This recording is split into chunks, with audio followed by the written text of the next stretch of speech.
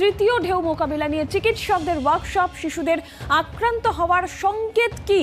সাধারণ জ্বর, সর্দি, কাশির মতন উপসর্গ অনেক সময় অক্সিমিটারে সব বোঝা যায় না। অন্যান্য উপসর্গ মনিটর করতে হবে। খাওয়া দাওয়া ঠিকমতো করছে কিনা, অ্যাক্টিভিটি ঠিকঠাক আছে কিনা, এই সমস্ত বিষয়ে খতিয়ে দেখতে হবে। শিশুদের আরটিপিসিআর স্যাম্পল ঠিক মতন সংগ্রহ করতে হবে যাতে রক্তপাত বা ট্রমাটাইজড না হয়। শিশুরা সেফ হোম রাখলেও মা বাবাকে সঙ্গে থাকতে হবে। আরও বিস্তারিত বিষয়ে জানবো। আমাদের সঙ্গে সরাসরি রয়েছেন আমাদের প্রতিনিধি মৈত্রী ভট্টাচার্য। মৈত্রী, তৃতীয় ওয়েভে শিশুরা আক্রান্ত হবেন কিনা সেই নিয়ে প্রথম থেকে একটা সংশয় ছিল, সেক্ষেত্রে কি বলছেন বিশেষজ্ঞরা, কি বলছেন চিকিৎসকেরা? দেখো নীলাঞ্জনা, আজকে কলকাতা পুরসভার উদ্যোগে একটি ওয়ার্কশপ করা হয়েছিল। কলকাতা পুরসভার অধীনে 250-রও বেশি চিকিৎসক রয়েছেন যারা পুরসভার বিভিন্ন হেলথ যে সেন্টারগুলো রয়েছে সেখানে তারা পরিষেবা দেন, এবং প্রাইমারিলি কিন্তু অসুস্থ হওয়ার পর তাদের কাছেই একটা বিপুল সংখ্যক মানুষ আসেন।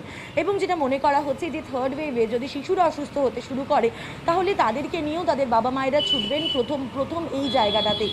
ফলে সেই জায়গাতেই যাতে চিকিৎসকেরা একটু বেশি অ্যাওয়্যার হন, যাতে তারা ওয়ার্নিং সাইন্সগুলো ধরতে পারেন, তার জন্যই কিন্তু আজকে একটি ওয়ার্কশপ করেছিল কলকাতা পুরসভা, যেখানে উপস্থিত ছিলেন শহরের নামজাদা পিডিয়াট্রিশিয়ান ডক্টর অপূর্ব ঘোষ, যিনি ইনস্টিটিউট অফ চাইল্ড হেলথের অধিকর্তাও, এবং তার সাথে সাথে সংক্রামক রোগ বিশেষজ্ঞ যোগীরাজ রায়। মূলত যে পয়েন্টগুলো উঠে এসেছে, যে বিষয়গুলো দিকে নজর দেওয়ার জন্য বলা হয়েছে, প্রথম, একজন শিশুর ক্ষেত্রে কোনগুলো ওয়ার্নিং সাইন্স হতে পারে, অর্থাৎ সেই শিশুটি ভালো নেই, তার শারীরিক সমস্যা হচ্ছে, সেটা কিভাবে বুঝবেন?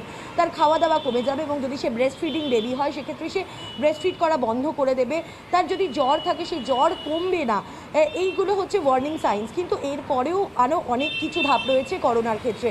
প্রথম, আরটিপিসিআর টেস্ট। সেই আরটিপিসিআর টেস্ট শিশুদের ক্ষেত্রে করা কিন্তু যথেষ্ট চ্যালেঞ্জের।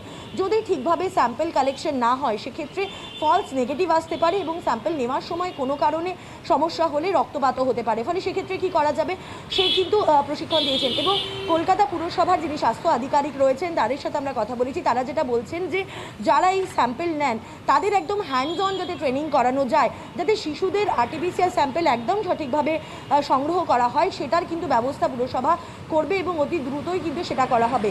এরপরে কি রয়েছে, যদি শিশুরা পজিটিভ হয় সেক্ষেত্রে অক্সিজেন স্যাচুরেশন কমছে কিনা সেটা বোঝার ক্ষেত্রে একটা বড় চ্যালেঞ্জ হচ্ছে পালস অক্সিমিটার। এখন আমরা সবাই দেখেছি যে পালস অক্সিমিটারে অক্সিজেন স্যাচুরেশন কতটা থাকছে সেটা দেখা হয়, কিন্তু শিশুদের ক্ষেত্রে, খুব ছোট শিশুদের ক্ষেত্রে পালস অক্সিমিটার সেভাবে কাজ করবে না। সেক্ষেত্রে কী ব্যবস্থা নেওয়া হবে সেই বিষয় সম্পর্কেও কিন্তু চিকিৎসকদেরকে বেশ কিছু পরামর্শ দেন আজকের অপূর্ব ঘোষ এবং যোগীরাজ রায়। এবং যদি পজিটিভ হয় শিশু, সেক্ষেত্রে দাঁড়িয়ে কী ওয়ার্নিং সাইন্স দেখে তাকে ইমিডিয়েটলি হাসপাতালে ভর্তি করতে হবে, সেফ হোমে রাখা ঠিক হবে কি ঠিক হবে না, তোমাকে সঙ্গে থাকতে বলবো। আমরা একবার শুনবো যে বিশিষ্ট চিকিৎসক ডক্টর যোগীরাজ রায় তিনি ঠিক কি বলছেন এই বিষয়ে। স্যাম্পলিং এর মেথডটাকে শিখতে হবে, বাচ্চাদের স্যাম্পলিং এর মেথড, সেটা অ্যাডাপ্ট করলে কোনো অসুবিধা হওয়ার কথা নয়। আর নেগেটিভ আসার ঠিকঠাক স্যাম্পলিং হলে একই আসবে। আর কি সাজেশন রয়েছে? দেখুন, প্রথম কথা হচ্ছে যে আগে আইডেন্টিফাই করতে হবে যে কারা খারাপ হতে পারে, এবং যাদের ধরুন যে বাচ্চাদের অলরেডি অনেক ডিজিজ আছে, সেই আবার কোমরবিডিটির মতোই অ্যাডাল্টের, তাদেরকে ধরে নিতে হবে যে তারা খারাপ হওয়ার চান্স বেশি আছে, তাদেরকে আগে অ্যাডমিশন এবং তাদের কেয়ার দেওয়ার ব্যবস্থা করাটা দরকার। চাইল্ডহুড অ্যাজমা হতে পারে, HIV থাকতে পারে, চাইল্ডহুড কিডনি ডিজিজ থাকতে পারে, লিভার ডিজিজ থাকতে পারে, এরকম অসংখ্য কোমরবিডিটির তো অভাব নেই। হ্যাঁ, বা ফ্যামিলিয়াল কোনো ইমিউনোলজিক্যাল ডিজিজ আছে কিনা। অনেক সময় পায়ে দেখি আমরা অক্সিমিটার রিডিং একটু গন্ডগোল করেই ঠিকই, কিন্তু যদি আমরা ওভারঅল দেখতে পারি যে বাচ্চাটি কেমন আছে, মানে তার খাওয়া দাওয়া কমে গেছে কিনা, সে ব্রেস্ট ফিডিং বন্ধ করে দিল হয়তো, বা তার ইউরিন কমে গেছে, সে কাঁদছে কন্টিনিউয়াসলি, বা রেসপন্স খারাপ করছে, তার মানে বাচ্চারা খারাপ হয়ে যাচ্ছে, তাকে অ্যাটেনশন দিয়ে তাকে হসপিটালাইজ করা কিন্তু দরকার। এরই পাশাপাশি আমরা প্রতিক্রিয়া পেয়েছি ডক্টর অপূর্ব ঘোষ। ডক্টর ঘোষ কি বলছেন শোনাবো। বাচ্চাদের স্যাম্পল নেওয়াটা একটু difficult, but sample recommendation is sample নিতে হবে, বাট বাচ্চাকে যেন ট্রমেটাইজ না করা হয়। মানে ধরুন স্যাম্পল নিতে গিয়ে আমি দেখেছি যে ব্লাড বেরিয়ে এসছে, অ্যান্ড বাচ্চাটাও ভয় পেয়ে গেছে, বাবা মাও ভয় পেয়ে গেছে, কারণ নাকের ফুটোটা এত ছোট যে তার মধ্যে দিয়ে স্যাম্পলটা পিছন দিকে যাওয়া ইজ ভেরি ডিফিকাল্ট, স্যাম্পেল নিতে পিছন দিকে যাওয়াটা। অন্য কোনো উপায় কিছু নেই, আমরা অনেক সময় একটা র্যাপিড অ্যান্টিজেন টেস্ট করি, সেটা 70% সাকসেস রেট এবং আধা ঘন্টার মধ্যে তার রিপোর্টটা পাওয়া যায়। আর তাছাড়া but the ideal test is RT-PCR। বাচ্চা যদি তার বাড়িতেই থাকে, বাচ্চা সবচেয়ে বেশি কমফোর্টেবল থাকবে। আর বাইরের একটা নতুন পরিবেশে যেয়ে বাচ্চাটা হয়তো আনকমফোর্টেবল হতে পারে।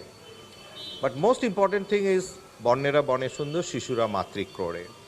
তো বাচ্চার সাথে মা থাকলে বাচ্চাটাও কমফোর্টেবল, মাও বাচ্চা ছেড়ে থাকতে পারে না।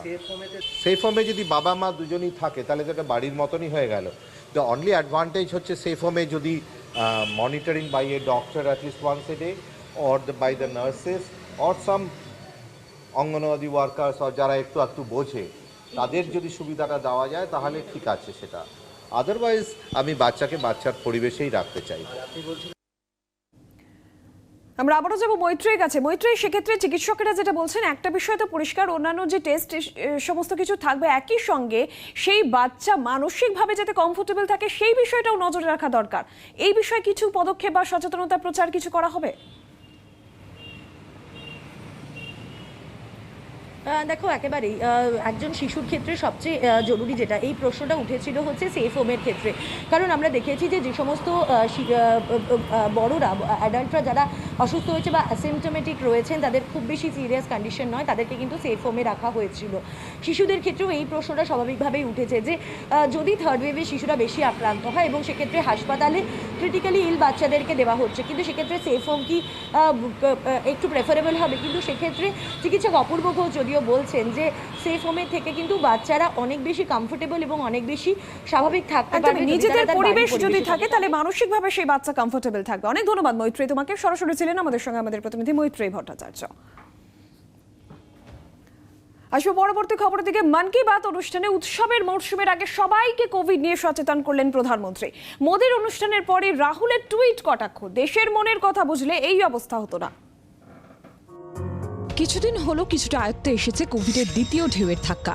সামনেই আসছে উৎসবের মরশুম, আর ওই সময় তৃতীয় ঢেউয়ের আশঙ্কার কথা শুনিয়েছেন বিশেষজ্ঞরা। অপ্রাপ্তবয়স্কদের এখনো টিকাকরণ শুরু হয়নি। বদলে যাওয়া চরিত্রের কোভিড ভ্যারিয়েন্টের প্রকোপ রুখতে শনিবারে বুস্টার ডোজের পক্ষে সওয়াল করেন এমসির ডিরেক্টর রণদীপ গুলেরিয়া। তাই টিকাকরণের পক্ষে জোর দিয়ে মাসের শেষ রবিবার রেডিওতে তাঁর মন কি বাত অনুষ্ঠানে প্রধানমন্ত্রী নরেন্দ্র মোদী দেশবাসীকে আগামী উৎসবের মরশুম সম্পর্কে সতর্ক করলেন। आप सभी को आने वाले पर्वों की बहुत बहुत शुभकामनाएं। पर्व और उत्सवों के समय ये जरूर याद रखिएगा कि कोरोना अभी हमारे बीच से गया नहीं है। कोरोना से जुड़े प्रोटोकॉल आपको भूलने नहीं है। অন্যদিকে মোদির অনুষ্ঠানের পরই তাকে কড়া ভাষায় কটাক্ষ করে টুইট করেন রাহুল গান্ধী। টুইটারে রাহুল লিখেছেন, দেশের মনের কথা বুঝলে টিকাকরণের এই অবস্থা হতো না। ভ্যাকসিন কোথায়? সরকার প্রথমে আশ্বাস দিলেও দিন কয়েক আগেই কেন্দ্রীয় স্বাস্থ্যমন্ত্রী নিজেই স্বীকার করে নেন ডিসেম্বরের মধ্যে সারা দেশের ভ্যাকসিনেশন সম্ভব নয়। নিয়মের ফাঁসে আটকে বিদেশি কোম্পানির টিকা। দেশে অনেক রাজ্যেই টিকা অমিল জানিয়ে বিরোধীরা নিশানা করছে সরকারকে। রাজনৈতিক টানাপোড়েন চলছে। তৃতীয় ঢেউ আদৌ কি রোখা যাবে? সময় তা বলবে, সংশয়ে বিশেষজ্ঞরা। ব্যুরো রিপোর্ট, জি 24 ঘন্টা।